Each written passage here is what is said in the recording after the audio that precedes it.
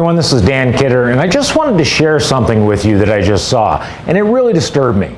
At the last City Council meeting, Councilman Tyler Melling got up to present something that's desperately needed in this community. It's a zoning change that will allow, under very specific criteria and with strict requirements, the building of smaller homes on smaller lots with a 70% owner occupancy requirement. This means that 70% of these homes have to be lived in by the owners, and they must have strict CNRs that govern them. I don't want to get too deep into the weeds, but you can see the entire presentation at the link in the comments below at the 48-minute mark. But what disturbed me was the mayor's father getting up and making baseless and unsubstantiated accusations against Councilman Melling. He accused him of having, quote, a vested interest in this that is way beyond the normal city council person or staff person would have in the presentation.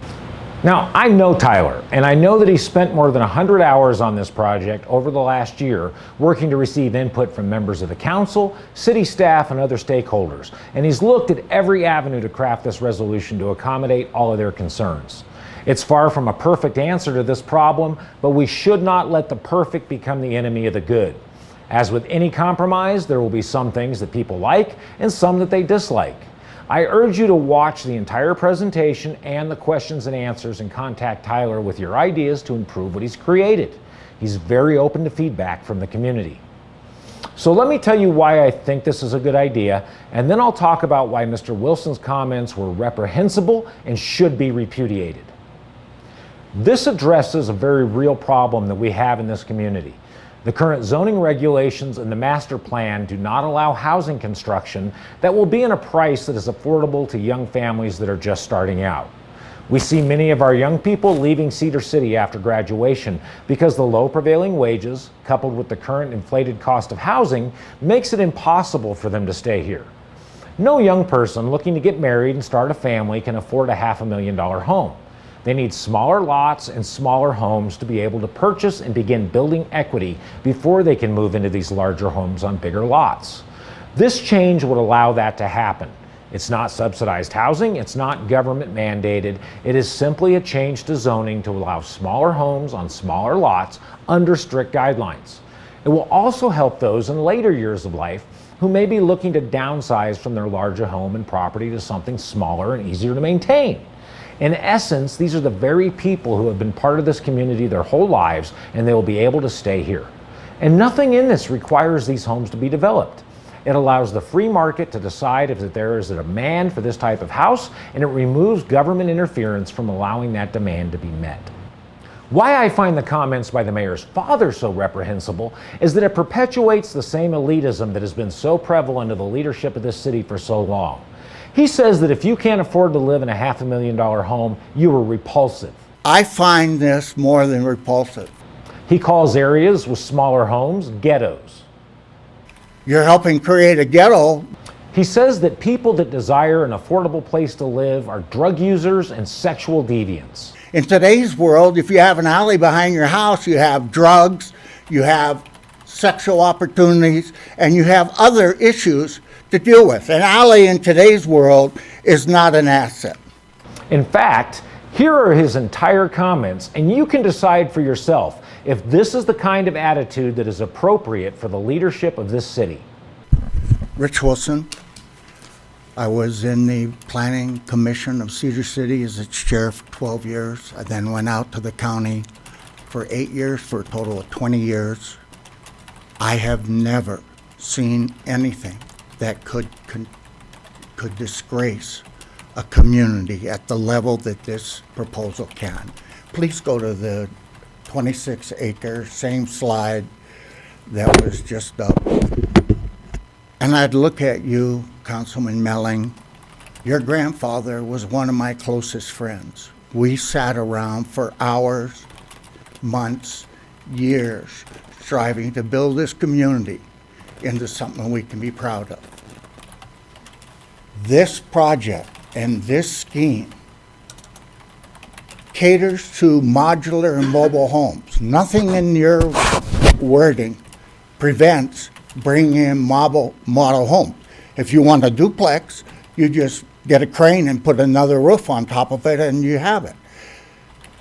As an individual who has a home in an R1 zone and I had something like this come along, I would be so upset that somebody really was able to discuss this with the city council at a level that you have. And in that same vein, I'm concerned why you don't recluse yourself from any voting, because obviously you have a vested interest in this that is way beyond what a normal city council person or staff person would have in the presentation. Some of the things that you haven't talked about that need to be talked about, yes, we have the utility issues. Yes, we have the need for public services, i.e. fire and police and ambulances. But where do you envision on 5,000 lots with the setbacks front and back and side that you propose, where are people going to put snow, assuming we'll have snow in the future?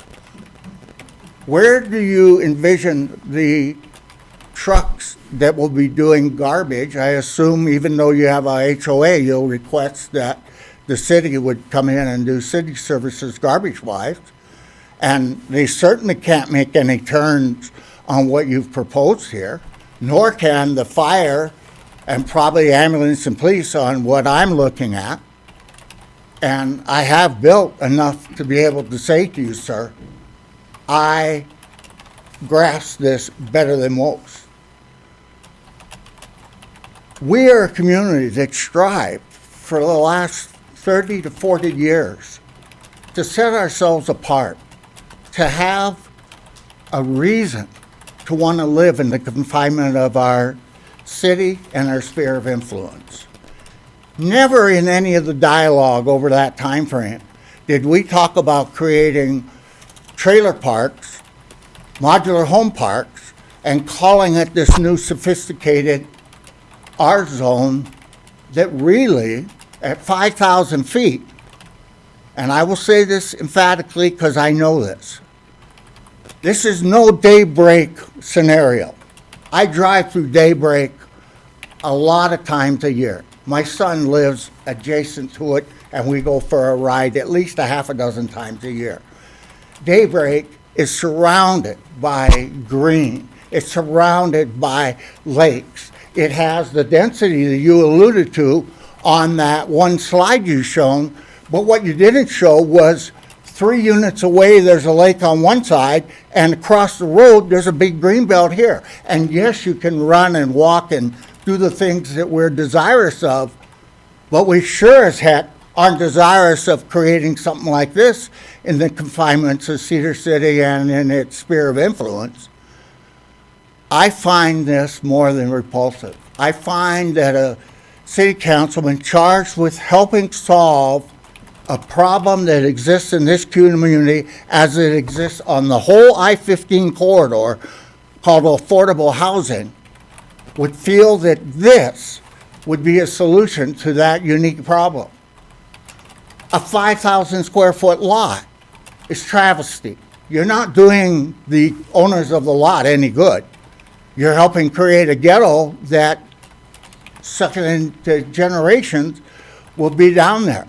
I listened to our other councilman make a profound statement. I had an alley behind my house. I really enjoyed the alley.